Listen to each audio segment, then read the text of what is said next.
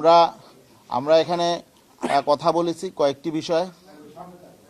প্রথমত আমরা এই যে নির্বাচন মনোনয়নপত্র সাবমিট হয়েছে 29শে ডিসেম্বর, সেখানে আমাদের ইসলামী আন্দোলনের যারা নির্বাচনের জন্য প্রতিদ্বন্দ্বিতার জন্য মনোনয়নপত্র সাবমিট করেছেন, এদের বেশ কিছু ক্যান্ডিডেট আমাদের বাছাইয়ে তারা মনোনয়নপত্র গ্রহণ করেন নাই।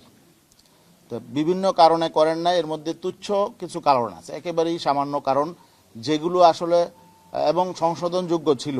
নির্বাচন কমিশন থেকে আগে বলা হয়েছিল যে যেগুলো সংশোধনযোগ্য ছোটোখাটো বিষয়, এগুলো যাতে সংশোধন করে মনোনয়নপত্র গ্রহণ করা হয়। আমরা দেখেছি এমন কিছু বিষয়েও তারা এখানে মনোনয়নপত্র গ্রহণ করেন না, যেগুলো সামান্য বিষয় ছিল। তো বিশেষ করে আমরা আমাদের ক্যান্ডিডেট সামান্য একজন 1 মাসের বিদ্যুৎ বিল বাকি 1000 টাকার নিচে, এটার কারণে মনোনয়নপত্র গ্রহণ করা হয় না, বাতিল করা হয়েছে। তারপরে একজনকে মনোনয়নপত্র বাতিল করা হয়েছে কেন? যে নিয়ম হলো ব্যাংকে নতুন অ্যাকাউন্ট খুলবে, উনি অ্যাকাউন্ট খুলেছে এবং অ্যাকাউন্টের স্টেটমেন্টও দিয়েছে, ওনার মনোনয়নপত্র বাতিল করা হলো, ওপেনিং ডেটটা উনি কেন এখানে লেখেন নাই। তো এটা আসলে কোনো জিজ্ঞেস করারও বিষয় না। তারপরেও এই জাতীয় বিষয়ে মনোনয়নপত্র বাতিল করা হয়েছে। মনোনয়নপত্র অনেক জায়গায় স্বাক্ষর করতে হয়, 7-8 জায়গায় স্বাক্ষর করতে হয়, 1-2 জায়গায় ভুলে হয়তো স্বাক্ষর হয় না, এই জন্য বাতিল করা হয়েছে। কিছু ক্লারিক্যাল মিস্টেকের কারণেও বাতিল করা হয়েছে।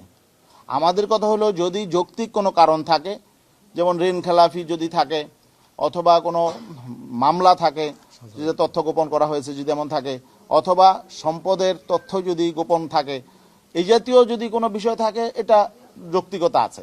কিন্তু যে সমস্ত বিষয় সমাধানযোগ্য, যে এই ক্লারিক্যাল মিস্টেক, এগুলো সংশোধনযোগ্য, অতীতেও দেখেছি এগুলো সংশোধন হয়ে যেত, কিন্তু এবার এগুলো বাতিল করা হয়েছে এবং এক্ষেত্রে বৈষম্যও করা হয়েছে। কোনো কোনো ক্যান্ডিডেটের ক্ষেত্রে ছাড় দেওয়া হয়েছে, আবার দেখা গেল আমাদের ক্যান্ডিডেটের ক্ষেত্রে ছাড় দেওয়া হয় নাই।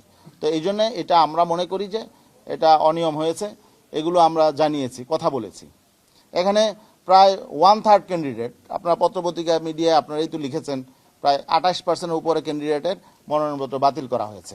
তো যাই হোক, এবং ওনাদেরকে আমরা বলেছি যে আসলে একটা ক্যান্ডিডেটের মনোনয়নপত্র যখন বাতিল হয়ে যায়, তখন ওনার একটা ইমেজ সংকট তৈরি হয় এবং হয়রানি হয়। তা এই জন্য এই হয়রানিটা আসলে করা ঠিক হয় নাই। দেখা যাবে অনেকেই হয়তো মনোনয়নপত্র ফিরে পাবে, তাই না? কিন্তু এই যে হয়রানিটা হলো মাঝখানে 2-3টা দিন, এই যে ইমেজ সংকট, এটা বরং মানুষের মধ্যে ব্যাড ইম্প্যাক্ট পড়ে এবং ভোটারদের মধ্যে, এটা কাঙ্ক্ষিত ছিল না। এই বিষয়ে আমরা কথা বলেছি। আর আমরা কথা বলেছি যে এই যে অস্ত্র উদ্ধারের বিষয় নিয়ে কথা বলেছি। এখনো পর্যন্ত যে অস্ত্রগুলো লুট হয়েছে, সেই অস্ত্রগুলো এখনো পর্যন্ত সম্পূর্ণ উদ্ধার হয় নাই। তো ওনারা আমাদেরকে বলেছে 70%-এর মতো উদ্ধার হয়েছে, কিন্তু আরও বেশ কিছু অস্ত্র আছে এবং অবৈধ অস্ত্র প্রত্যেক নির্বাচনের আগেই উদ্ধার করা হয়। এবার গতিটা আমরা মনে করছি যে কিছুটা কম। এ নিয়ে কথা বলেছি। লেভেল প্লেইং ফিল্ডের ব্যাপারে কথা বলেছি।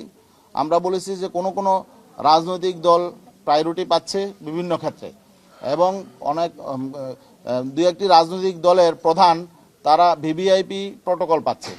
এটা জনমনে নিয়ে বিভিন্ন রকম প্রশ্ন আছে এবং এটা লেভেল প্লেইং ফিল্ডের জন্য অন্তরায়। এগুলো নিয়েও আমরা কথা বলেছি। আমরা এখানে একটা জরিপ এখন আছে, বিভিন্ন জরিপ কিন্তু প্রকাশ হয়। এগুলো যদিও আন্তর্জাতিকভাবে এই জরিপের প্রচলন আছে, কিন্তু আমাদের এখানে বিভিন্ন এনজিও জরিপ করে হলো, এরা হলো বিভ্রান্তি ছড়ানোর জন্য। তা আমরা এই জরিপের কথা বলেছি।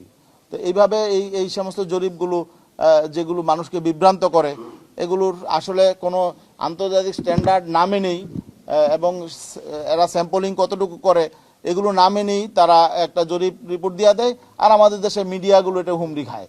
আমরা যেটা দেখেছি, অতীতে যেমন ফেসিবাদী শক্তির পক্ষে মিডিয়াগুলো কাজ করেছে, এখন আবার নতুনভাবে মিডিয়া নতুন ফেসিবাদ তৈরির জন্য বিভিন্ন উপাদান তারা সামনে হাজির করছে। এটা আমরা শঙ্কিত। এখন বাকি এখানে জরিপের ব্যাপারে প্রধান উপদেষ্টা বলেছেন যে আপনারাও জরিপ রিপোর্ট করান, আপনারা 99% সমর্থন দেখান। তো এটা তো হয় না।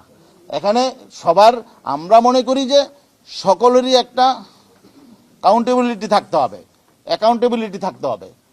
ইয়ার বাইরে কেউ না, জবাবদিহিতার বাইরে যদি কেউ না থাকে, মিডিয়া, এনজিও সকলেই যদি আমরা জবাবদিহিতার মধ্যে না থাকি, তাহলে তো একটা আসলে এখানে একটা ফ্রি ফেয়ার ক্রেডিবল নির্বাচন হবে না।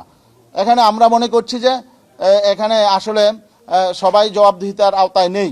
এই জন্য নির্বাচন কমিশনের দায়িত্ব হলো, হ্যাঁ অবশ্যই এখানে ফ্রিডম অফ প্রেস থাকবে, সব কিছুই থাকবে, কিন্তু তারপরেও জবাবদিহিতা থাকা দরকার। জবাবদিহিতা ছাড়া যদি এইভাবে বিভ্রান্তি ছড়ানোর জন্য মিডিয়াগুলো কাজ করে, তাহলে তো আমাদের এখানে নির্বাচন অংশ নেওয়াটা একটা বাহুল্য হয়ে যাবে।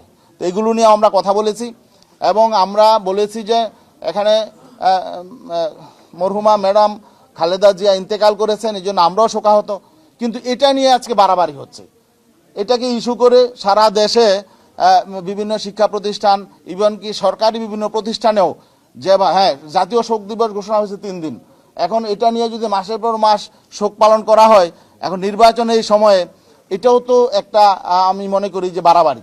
এই বাড়াবাড়িটাও আমাদের কাছে মনে হচ্ছে যে আমরাও শ্রদ্ধা জানাই ওনাকে, আমরাও শোক জানিয়েছি, অবশ্যই তিনি দেশের জন্য তার অবদান আছে, সবই ঠিক আছে, কিন্তু এটা নিয়ে যাতে কোনো রাজনৈতিক দল বাড়াবাড়ি করতে না পারে।